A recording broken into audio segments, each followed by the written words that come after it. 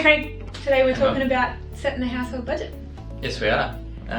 My thoughts on setting a household budget is you need to know where you're coming from. Yep. So what I've looked at previously is if you work out what you've done in the previous 12 months, that'll give you an indication of what to plan for the next 12 months. And even thinking on that is actually a monthly budget for a 12-month period right? Or should we actually break it down as to when the income actually flows? Yep. So then if we go, say you get paid fortnightly, well you have your 12-month budget but set it on a fortnight, so then it's actually more in tune with what's actually going on. So why do you think someone needs a budget? Someone needs a budget because a lot of people have great ideas or plans, but they don't actually make those plans come to light because they never seem to have any money because they spend it all and don't realise where they spend it. Yeah. And it's the little things where the money disappears. Yeah, for sure. Nick and I set a budget because we had some goals that we wanted to achieve. Yep. And Nick is appalling at spending money Yeah. left, right and centre. So a good way I thought to do it was to do a budget. Yes. And it meant that she could actually visualise and see what was going on. Yeah. And we could set our goals, so, you know, buy the big house or the holiday or put Jackson through whatever it was he wanted to do at that point in time. Yeah. You know, so that's why we set ourselves a family budget, and it also let us see where all our money was going. Yes. You know, because sometimes you sit down and go, geez, I've worked bloody hard, but I have no idea where it's all gone. And so we what can have see, I achieved? Yeah, what have I achieved? So I found it was really handy from that perspective. I guess from a safety perspective as well, like having setting money aside and making sure that you've got some money should something go wrong. Like a pandemic. Like a pandemic, Yeah. Exactly. So, you know, if you're one of those unfortunate people that ended up out of work, or, you know, your business is struggling because of all the restrictions that are out there at the moment, you've got the money set aside so that you can keep afloat and keep going for a while. Yeah, no, definitely.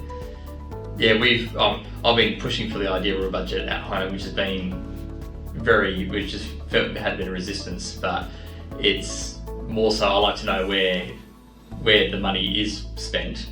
So yeah, similar things, so we can actually then plan to go, well, if you actually want to go on a holiday easier without it being everything just gets soaked up in a very short time frame, you can actually plan for it over a longer period of time and make it happen without actually thinking about it, because it's all the supports there behind the scenes. Yep. On that sort of front. I don't know if you've ever read The Barefoot Investor. I haven't actually, no.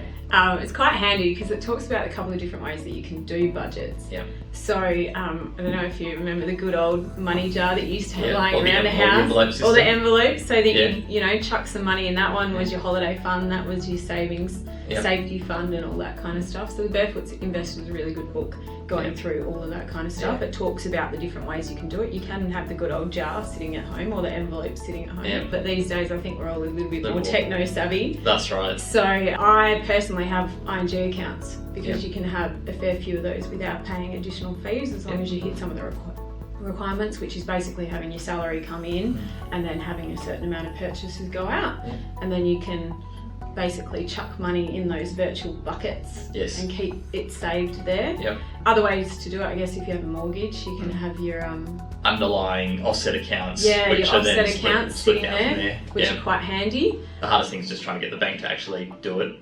Yeah, getting the bank to do it is a pain in the bum, but then you can set up the same kind of system with buckets, and you can have your holiday account, you can have your safety net account, you can have kids going to private school account, and all that kind of stuff, all those big costs that we've got to deal with these days. In terms of actually setting your budget, I don't know what experience you've had with apps and all of that kind of stuff. I actually do subscribe, but I've actually have subscribed to an app, so while I haven't been diligent in using it, it's good I use it as an indicator as to, again, just where the allocation of money is going. Yep. So I use one called Money Brilliant. Oh yeah, I know one. It's good because it actually integrates, you select all the different bank accounts, even credit cards and the like, as to where you're going to track the monies coming in and out. It'll give you a standard budget based off that historical spending and money coming in as well. Money coming in is obviously quite important, and you can actually see the monthly trends of when your high income months or high expenditure months are, and obviously at the lower end as well, so you can actually visualize, because some people are better at seeing things than hearing about things. For sure.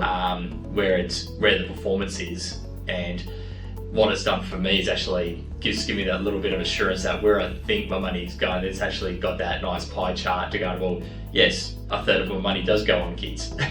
And or 45% of my cash goes on groceries and children. Yeah. And it gives you that confirmation that no, I'm not just making stuff up. It actually is realistically happening. Yeah. So, you can go the good old basic version, I reckon, like Excel, or these days you can upgrade it a bit to Google Sheets. So that's what I use a bit at the moment, only because I'm one of those good old skeptics that don't like my bank information all over the internet. So the first thing that we did when we were doing our budgets in Excel and Google Sheets was we went through what is it that we have to pay. Yes. So we went through we have to pay our mortgage. Yep. We have to pay our The electricity bills. Yeah. So our needs and then our wants. Yep. We went through all our needs and we hit them off, and then we started to think about our wants and what we wanted to do there. I mean, Nick and I are a bit funny because our wants are actually covered by an allowance, so we give each other money, and then it takes that stress out of it. I don't have to worry about what she's spending her money on. She doesn't worry about what I'm spending my money on. But it's good, and it gave Nick the chance to, because she's a visual person. Yes. So having it in Google Sheets or Excel meant she could log in whenever she wanted. Transfer as well. And have a look at it. But other than that, I've used,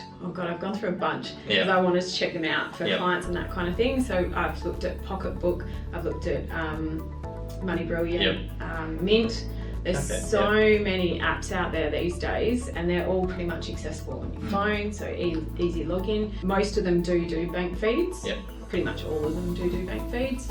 You can opt not to do them, and you can do the good old import. But I don't know why you bother doing it if you're going to go into one of these apps. But they're really brilliant. You get all these lovely pictures, and it shows you where all your money's going. And I think it makes life easier. Almost no excuse to some extent to not have a family budget these days. That's it. Yeah, cool. Cool. All right. Thanks, Craig. Cheers.